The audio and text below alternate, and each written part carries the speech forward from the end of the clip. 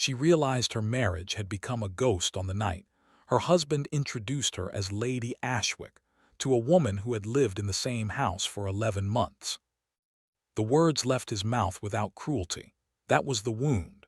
The Duke of Ashwick simply glanced at her across the candlelit drawing room, his gray eyes as empty as winter glass, and said, "You have not yet met Lady Ashwick." The visiting Baroness curtsied. Lillian Ashford, who had been the Duke's wife for nearly a year, felt her ribs tighten around her breath. She smiled because that was what a lady did and extended her hand. Her fingers trembled only a little. The Baroness, a plump woman with curious eyes, said, "What a magnificent home you have, Your Grace." Lillian did not correct the title, even though it should have been Your Grace for the Duke alone. She was merely my lady. She had learned that distinction in the first bitter month of her marriage. The housekeeper had corrected her gently, pityingly. Now she accepted everything gently and pityingly. She was drowning in gentleness. The Duke moved away before the Baroness finished speaking. Lillian watched his broad shoulders navigate the crowd of guests with the ease of a man who had never doubted his place in the world. He paused beside Lady Marguerite Ashby, a widow with hair the color of spun copper and a laugh that sounded like falling coins. Lillian had observed that laugh many times. It was a laugh that knew it was being listened to. Lillian stood alone at the edge of her own ballroom. No one approached her. She had become furniture. A pretty enough piece, inherited with the estate, dusted occasionally, ignored completely. She thought, "I cannot do this any longer." The thought did not arrive with drama. It simply settled into her chest like a stone dropped into still water. There was no splash, only the slow, certain descent. 11 months earlier, Lillian Ashford had been Lillian Cole, the daughter of a baron whose lands bordered the Ashwick estate. The marriage had been arranged between her father and the Duke's aging uncle, a transaction stitched together with land rights and old debts. Lillian had been told 3 days before the ceremony. She had braided her own hair that morning, her hands steady, her heart a frantic bird. She had seen the Duke only twice before they spoke their vows. Once from a distance at a county fair, when he had ridden past on a black horse, and she had forgotten to exhale. And once in her father's study, where he had looked at her with the same polite detachment one might offer a chair one was about to purchase. "I trust you understand the nature of this arrangement," he had said. She had nodded, her voice a whisper, "Yes, Your Grace." "You will want for nothing at Ashwick." She had wanted to say, "I will want for nothing except everything." Instead, she had curtsied and left the room with her spine straight and her heart already beginning its slow, silent collapse. The first month at Ashwick Hall had been a study in emptiness. The estate sprawled across the Devonshire countryside like a slumbering beast, all gray stone and manicured gardens and corridors that echoed even when they were full. Dorian Vale, the Duke of Ashwick, was rarely present. When he was, he treated Lillian with impeccable, devastating courtesy. He asked after her health. He complimented her gowns without looking at them. He left rooms when she entered them, not rudely, but with the quiet efficiency of a man who had remembered an urgent appointment elsewhere. Lillian tried. She tried with the desperate, invisible effort of a woman who believed that love could be earned if only she performed her role well enough. She learned the names of every servant. She memorized the Duke's preferences for tea, for silence, for the distance he kept between his chair and hers at dinner. She wore the colors his housekeeper mentioned he favored. She played the pianoforte in the music room at hours when she knew he passed by, choosing pieces that were tender without being demanding. He never paused. She took to walking in the East Garden at dawn because she had learned that his study window overlooked it, and she imagined, foolishly, that he might one morning look up and see her there, haloed in mist, and feel something. He never looked up. The household staff treated her with a kindness that felt worse than scorn. The housekeeper, Mrs. Briar, would sometimes press a cup of warm milk into her hands without being asked, her weathered face creased with an understanding that Lillian could not bear. The maids curtsied with their eyes down, but she felt their sympathy like a draft through a closed door. At night, Lillian lay in her vast bed in her separate chamber and listened to the silence of the house. Somewhere, in the wing she never visited, the Duke slept or did not sleep. She did not know. She knew nothing of him except the shape of his absence. The first unexpected emotional reveal came on a rainy Tuesday in her 4th month at Ashwick. She had been exploring the West Corridor, a part of the house she had been told was unused, when she discovered a small locked door tucked behind a faded tapestry. Curiosity, the only companion she had left, drove her to search for the key. She found it in the estate manager's office, a small brass thing on a neglected ring. The room beyond the door was a nursery. Not a child's nursery, but a sick room. There was a narrow bed with iron rails, a washstand with chipped porcelain, and a wardrobe filled with small, threadbare garments. The air smelled of dried lavender and something older, something sadder. On the bedside table sat a miniature portrait in a silver frame. The painted face was a boy of perhaps 8, with dark curls and the Duke's unmistakable gray eyes. Lillian's hand flew to her mouth. She knew in that instant that this was a brother, a child she had never heard mentioned. The portrait was worn at the edges, touched often. A small carved horse lay beside it, one leg broken. She replaced everything carefully, locked the door, and never spoke of it. But the discovery shifted something inside her. She began to understand that the coldness of the Duke was not absence, but armor. She did not know what it protected him from, but the nursery told her it was old, and it was tender, and it had been locked away long before she arrived. She did not try to unlock it. She was not that kind of woman, but she began to watch him differently, with less longing and more sorrow. He was not indifferent, she realized. He was haunted, and she did not know how to comfort a man who had built his home inside a mausoleum. The public humiliation came in the 8th month.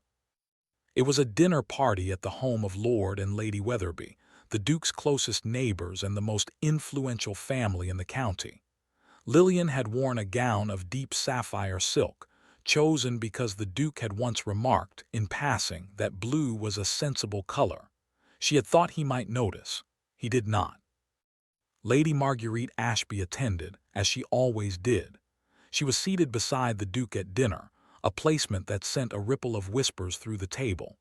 Lillian was seated at the far end, beside an elderly baron who spoke of gout for all 4 courses. She did not complain. She had learned to shrink herself into spaces so small that no one could accuse her of taking up room. After dinner, the guests withdrew to the drawing room. Lady Marguerite requested that Lillian play the pianoforte. It was a trap dressed as a courtesy. Lillian was a competent musician, but her nerves made her fingers clumsy, and Lady Marguerite knew it. The widow smiled with the gentle malice of a woman who had spent years perfecting the art of hidden cruelty. Lillian hesitated. She looked across the room at the Duke, who was standing near the fireplace with a glass of brandy, his profile sharp against the flames. She willed him to intervene, to say she was tired, to offer any small shield. He did not look at her. She sat at the instrument. Her hands trembled as she began a simple sonata. The first movement went well enough. Then Lady Marguerite, standing too close, accidentally jostled the sheet music and it slid from the stand. The pages scattered. Lillian fumbled. A wrong note clanged into the silence. A titter of laughter rippled from somewhere near the window. Lillian stopped playing, her face burning, her heart a caged thing beating against her ribs. The room was quiet. Everyone waited for the Duke to speak, to offer his wife the protection of his rank and his name. He said nothing. He took a slow sip of his brandy and turned to speak to Lord Weatherby as if nothing had occurred. Lillian rose from the bench. She did not cry. She did not flee. She walked to the terrace doors, stepped out into the cold night air, and stood alone beneath the stars. Her humiliation was complete, but in that cold darkness, something inside her began to harden into something else. It was not anger, it was clarity. She would not beg for scraps of affection any longer. She would not spend her days waiting for a man who looked through her as if she were made of water. She had given him everything and he had taken nothing. The transaction was complete. She was free. She was not free legally, of course. She was still a duchess in name, but she understood now that she could build a life within the cage. She could fill it with purpose. She could become a woman who did not need to be seen to exist. The next morning she rose before dawn and did not walk in the East Garden. Instead, she sent a letter to the village apothecary, a man named Dr. Samuel Thorne, whose work with the parish poor she had heard mentioned in passing. She offered her assistance. She had some knowledge of herbal remedies, taught to her by her grandmother, a skill she had never had cause to use. She would not demand to help. She would simply arrive. She arrived that afternoon, dressed in a plain woolen gown with her hair pulled back simply. Dr. Thorne was a young man with kind brown eyes and hands that moved with quiet precision. He was surprised to see the Duchess of Ashwick at his door, but he did not refuse her. He was understaffed and overwhelmed. The village was suffering from a lingering fever that had swept through the cottages, and he had been working alone for weeks. Lillian began by organizing his supplies. She swept the floors. She held the hands of a frightened child while the doctor set a broken arm. She did not speak of her title. She did not speak of her husband. She simply worked, and in the work, she found a silence that was not loneliness. The second unexpected emotional reveal came through Dr. Thorne, though not from him directly. One afternoon, as she was crushing dried yarrow in the apothecary's back room, a woman from the village, a farmer's wife named Mrs. Pender, came in with her youngest son, a boy of 5 who had been suffering from a persistent cough. Mrs. Pender recognized Lillian immediately and began to curtsy and stammer apologies for the Duchess having to see their humble troubles. Lillian knelt and took the boy's small, dirty hand. "There is nothing humble about a mother's love for her child," she said. "Now tell me how long he has coughed." Later, after the boy had been given a tincture and the mother had left with tears of gratitude, Dr. Thorne looked at Lillian with a new expression. "You are not what I expected," he said. "What did you expect?" "Someone who would bring charity with conditions. Someone who would want to be seen doing good." Lillian wiped her hands on her apron. "I have had enough of being seen." She did not explain, and he did not ask. But from that day, their friendship deepened into something steady and unspoken. He did not look at her with pity because he did not know the shape of her marriage. He only saw the woman she was now, not the woman she had tried to be. That was a gift more precious than any jewel. The third unexpected emotional reveal belonged to the Duke, though he did not know it yet. A month after Lillian began working at the apothecary, the Duke returned from a week-long business trip to London. He arrived at Ashwick Hall in the late afternoon, his greatcoat still damp from the journey, and walked through the house with the expectation of finding his wife in her usual place. The morning room, the music room, perhaps the garden. She was in none of them. He asked Mrs. Briar where the Duchess was. "She is in the village, Your Grace. She has been spending much of her time there of late." "The village?" His brow furrowed. "What business has she in the village?" Mrs. Briar hesitated. She had served the Ashwick family for 30 years and knew the weight of words. "She has been assisting Dr. Thorne with his patients, the fever outbreak. She has been very dedicated." The Duke said nothing. He went to his study and closed the door. But something in Mrs. Briar's tone, something that bordered on respect, had unsettled him. He realized with a pang of something he could not name that he had not thought of his wife in 7 days. He had been absorbed in business, in politics, in the endless machinery of his position. She had not written to him. He had not expected her to. But now, knowing she had been occupied elsewhere, he felt a strange, hollow sensation in his chest. He did not call it jealousy. He did not have the vocabulary for it. But that evening, when Lillian returned home, flushed and tired with her hair escaping its pins, he was standing in the entrance hall. "Lillian," he said, and she stopped, startled. He rarely used her name. "Your Grace, I did not know you had returned." "Where have you been?" "In the village. I have been assisting the apothecary." "I am aware. I was not informed you had taken up a trade." His voice was cool, but there was an edge to it she had never heard before. She lifted her chin. "I did not think my daily schedule was of interest to you. You have made it clear that I am free to manage my time as I see fit." He blinked. She had never spoken to him with such quiet, unapologetic directness. He was so accustomed to her soft eagerness, her careful attempts to please him, that he did not know how to respond.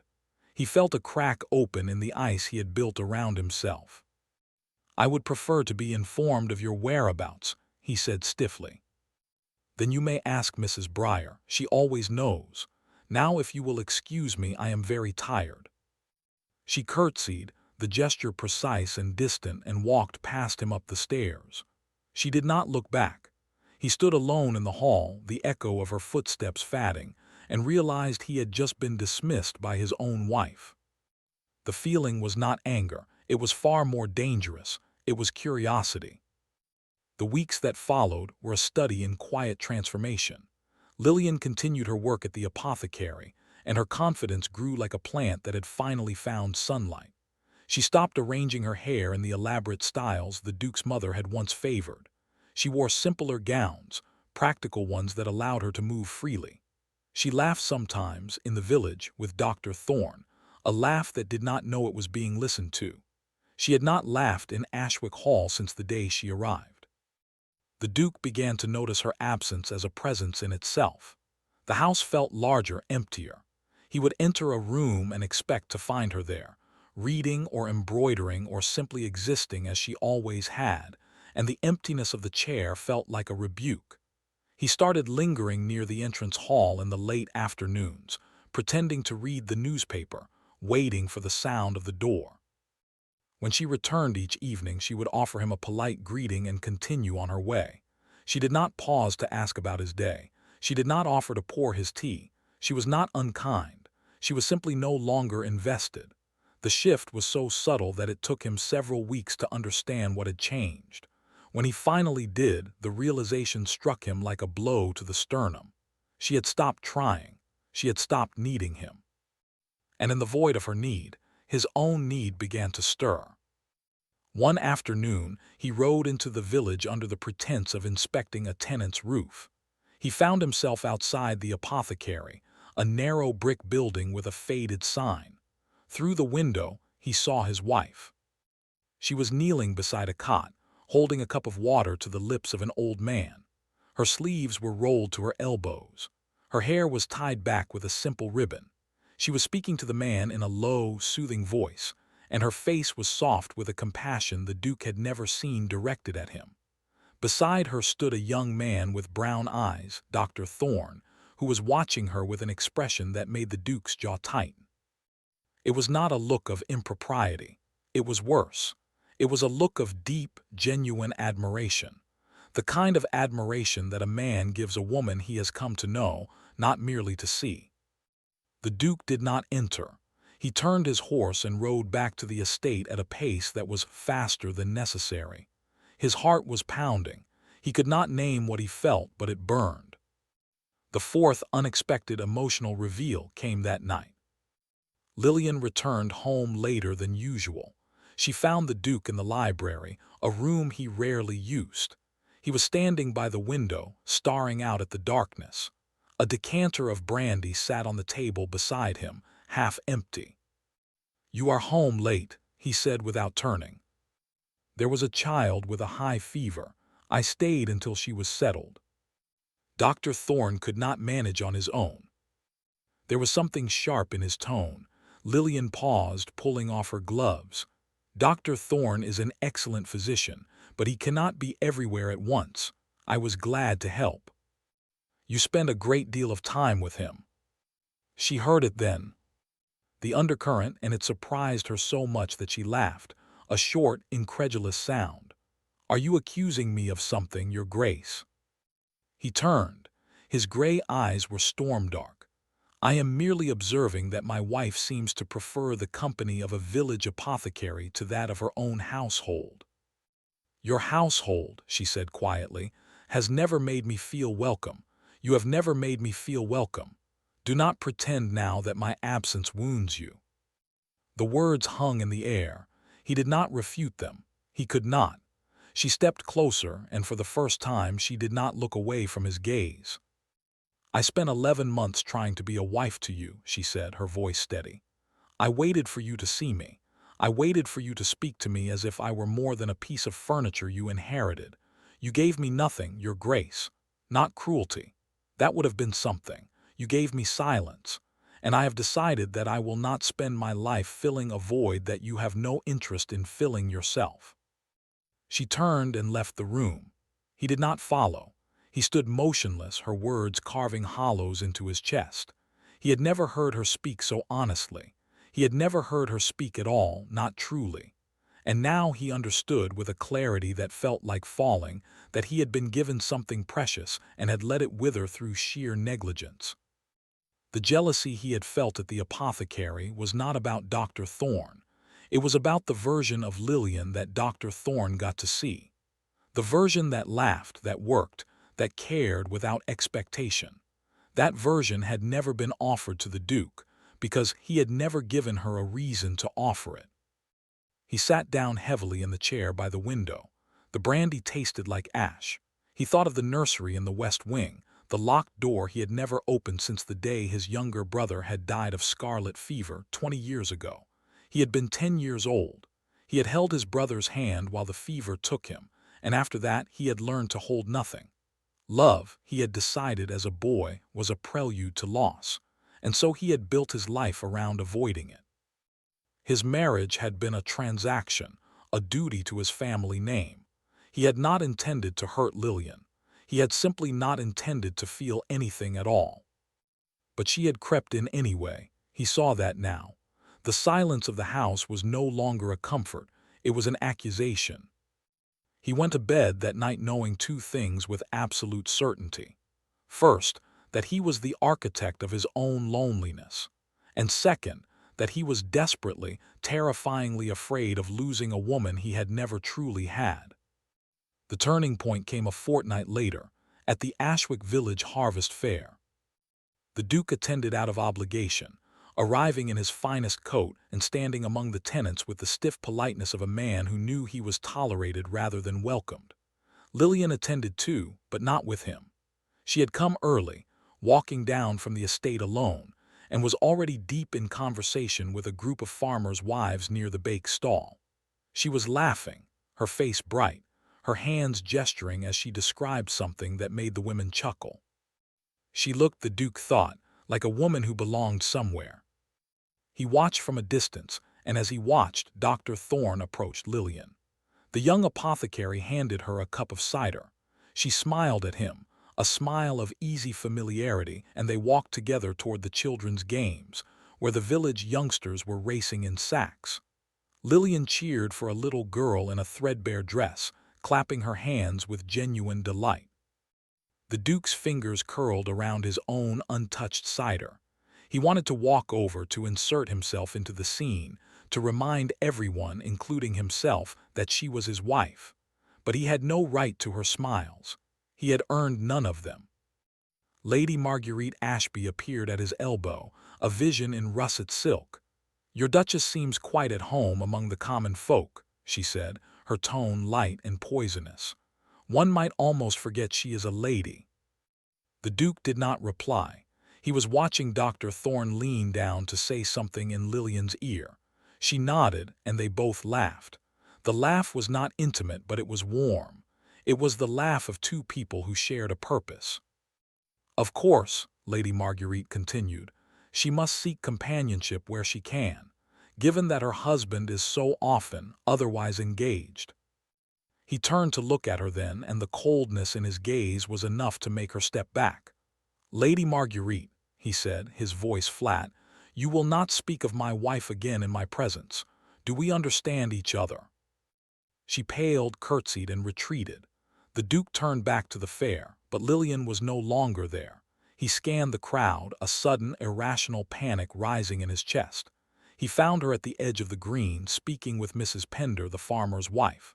She was holding the woman's baby, bouncing it gently on her hip, and the tenderness in her movements struck him like a physical force. She would have been a wonderful mother. He had never given her the chance. The ride back to Ashwick Hall that evening was silent. They sat across from each other in the carriage, and Lillian looked out the window at the darkening fields. The Duke studied her profile, the curve of her cheek, the quiet strength in her posture. She was beautiful. She had always been beautiful, but now she was also unreachable. "You were admired today," he said finally, his voice rough. She did not turn. "I was among friends." "Thorn is a friend." Now she looked at him. "Yes, he is a good man. He sees people as they are, not as he wishes them to be." The words were a mirror. He saw his own reflection in them and did not like it. "I have not been a good husband," he said. It was not an apology. It was an opening. She waited.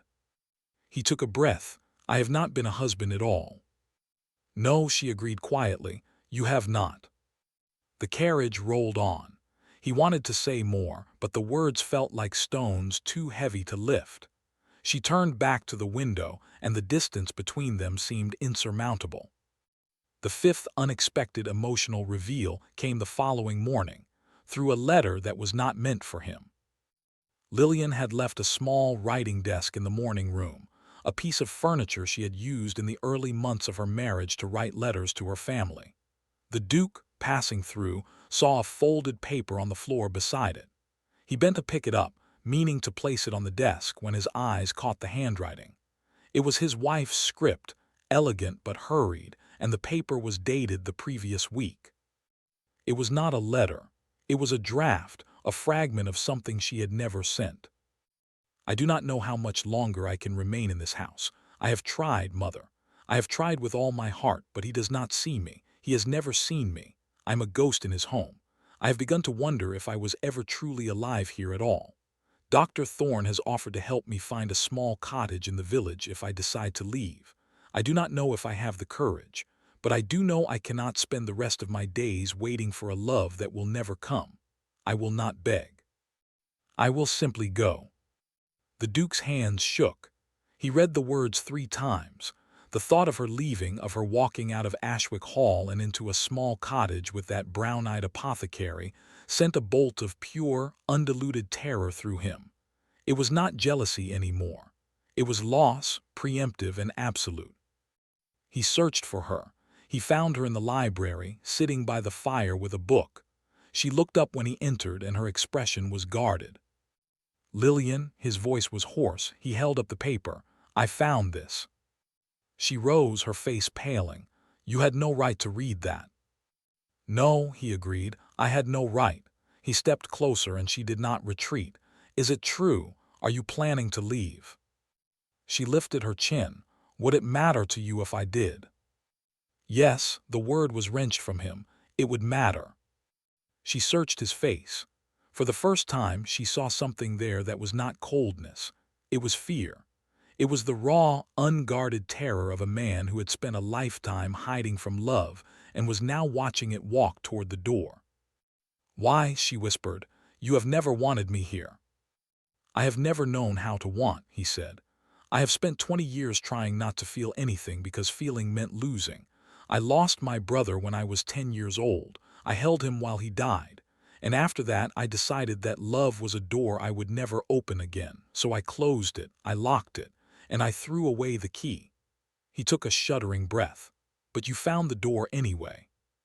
You have been standing outside it for 11 months, knocking, and I have been too much of a coward to let you in. I am sorry.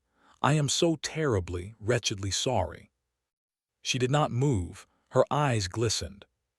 "Why now? Why are you saying this now?" "Because I am terrified of losing you." His voice cracked. "Because I saw you with that man, with Thorne, and I saw what you could have, what you deserve. A man who sees you, a man who is not afraid to love you, and I realized that I have been a fool, the greatest fool who ever lived." The tears spilled over her lashes. She did not wipe them away. "You hurt me," she said. "Every day you hurt me with your silence. I thought I was not enough. I thought I was invisible. You are the most visible thing in my world." He reached out, and his hand trembled as it hovered near her cheek. "I see you. I have always seen you. I was just too broken to show it. Please, Lillian, do not leave. Give me a chance to be the man you deserved from the beginning. I will spend the rest of my life earning your forgiveness. I will spend the rest of my life learning to love you out loud." She stared at him, the man who had been a stranger in her own home, and saw the cracks in his armor. She saw the 10-year-old boy who had held his dying brother. She saw the weight he had carried. And beneath her pain, beneath the months of loneliness, something stirred. It was not forgiveness yet, but it was the possibility of forgiveness. "I am not leaving tomorrow," she said finally. "I have a child with a fever who needs me, and the Harvest Infirmary is not finished." A broken laugh escaped him, half relief, half anguish. "Then I will wait, however long it takes, I will wait." He did not touch her. He simply stood there, his heart bare, his eyes wet, and let her see him. Truly see him. For the first time in their marriage, he let himself be seen. The sixth unexpected emotional reveal came 2 days later, when the Duke asked Mrs. Briar about the West Wing key. He found Lillian in the apothecary, as he had known he would. He waited outside until she finished her work, and then he took her hand in full view of the village street. She stiffened, surprised, but did not pull away. "I want to show you something," he said. He brought her back to Ashwick Hall, to the locked door behind the tapestry. She went still when she recognized the corridor. "You know this room?" he asked, surprised. "I found it once," she admitted. "I did not think I was meant to see it." He unlocked the door and led her inside. The nursery was unchanged, dusty and quiet. He picked up the miniature portrait of his brother, his thumb brushing the painted cheek. "His name was Thomas," the Duke said. "He was born when I was 8. He was everything to me. He laughed at everything. He used to follow me around the estate like a shadow. When he fell ill, I refused to leave his side. I thought if I stayed awake, if I held on tightly enough, I could keep him with me." His voice broke. "I could not." Lillian moved closer. She did not speak.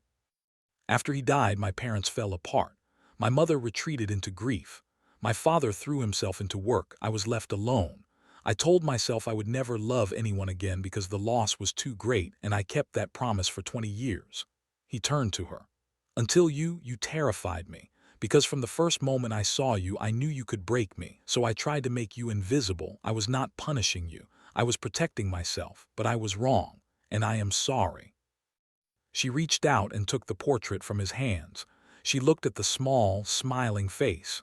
"He would not want you to be alone," she said softly. "No one who loved you would want that." The Duke closed his eyes. When he opened them, she was still there. She had not left. She had not looked away. "I am not a perfect man," he said. "I will make mistakes, but I will never be silent again. I will tell you every day that you are seen, that you are loved, if you will let me." She set the portrait down gently. Then she did something she had not done in 11 months. She reached for his hand. Her fingers were cold from the evening air, but they were steady. "I have been learning," she said, "that love is not something you earn. It is something you build together. I am willing to try if you are." He lifted her hand to his lips and pressed a kiss to her knuckles. It was not a grand gesture. It was a promise. The days that followed were not a fairy tale. There were no sudden transformations, no miraculous healings. The Duke still struggled with his words. Lillian still carried the scar tissue of months of neglect. But they began, tentatively, to share the small spaces of a life. He started walking with her to the village in the mornings, and though he did not enter the apothecary, he would wait outside, speaking with the farmers and the shopkeepers, learning the names of people he had ignored for years. She began to tell him about her patients, and he listened. He really listened. Dr. Thorne noticed the change, of course. One afternoon he said to Lillian, "The Duke seems different." "He is trying," she said. "And are you trying?" She smiled, a small, private smile. "For the first time it does not feel like trying, it feels like beginning." The emotional climax came on a night of unexpected danger. A storm swept across the Devonshire hills with a fury that the village had not seen in decades. The The wind howled like a living thing, tearing branches from trees and sending roof tiles spinning into the darkness. Lillian was at the apothecary, helping to secure the windows and move the patients to the inner rooms, when a messenger arrived from the Ashwick estate. The Duke had been riding back from a neighboring property when the storm hit. His horse had been spooked, and he had been thrown. He was alive, but injured, and had been carried to a tenant's cottage on the far edge of the estate. Lillian did not remember running. She only remembered the rain lashing her face, the mud sucking at her boots, the singular, obliterating fear that she would arrive too late. She had spent so many months wanting to stop caring, and she had failed. She had failed completely. She found him in a cramped cottage, lying on a rough cot with a gash on his forehead and his leg bent at an unnatural angle. The tenant's wife was pressing a cloth to his wound. He was conscious, his gray eyes hazy with pain, but when he saw Lillian burst through the door, soaked and wild, something in his face broke open. "You came," he whispered. "Of course I came."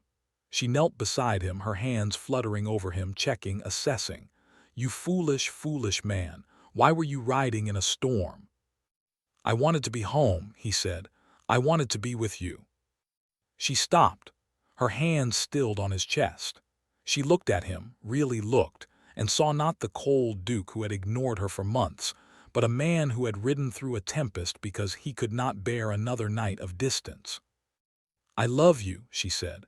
The words left her without permission, without calculation. "I have loved you since I saw you at the county fair when I was 17 years old. You rode past on a black horse, and I forgot to breathe. I married you knowing you did not love me, and I loved you anyway. I have never stopped."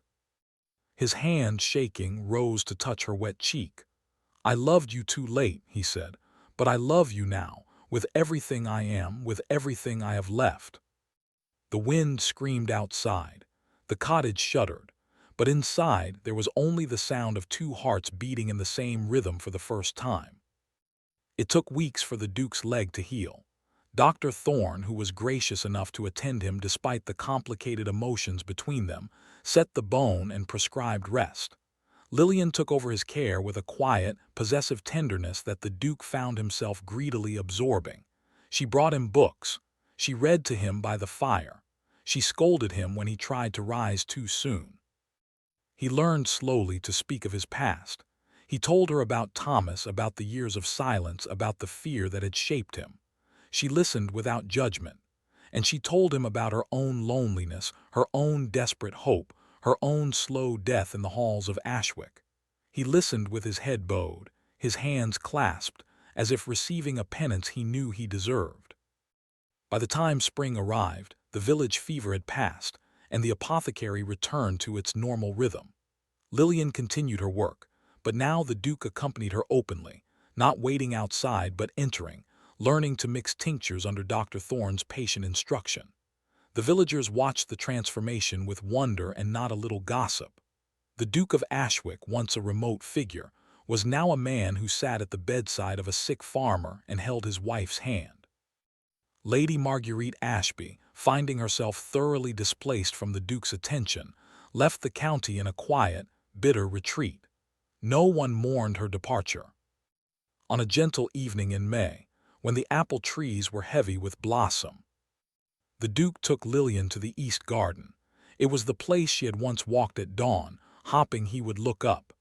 Now he stood beside her, his leg still slightly stiff, his hand wrapped around hers. "I have something for you," he said.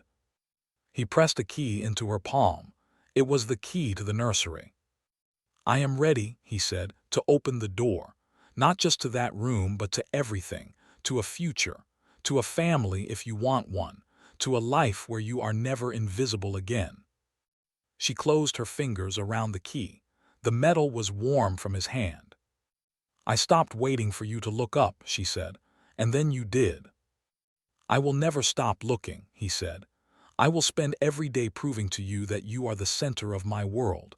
I know I cannot undo the past, but I can build a future where you are seen and heard and cherished. Will you let me?" She stepped into his arms without hesitation. The apple blossoms drifted around them like confetti. The house behind them was no longer a mausoleum. It was a home. That night, Lillian Ashford, Duchess of Ashwick, did not sleep in her separate chamber.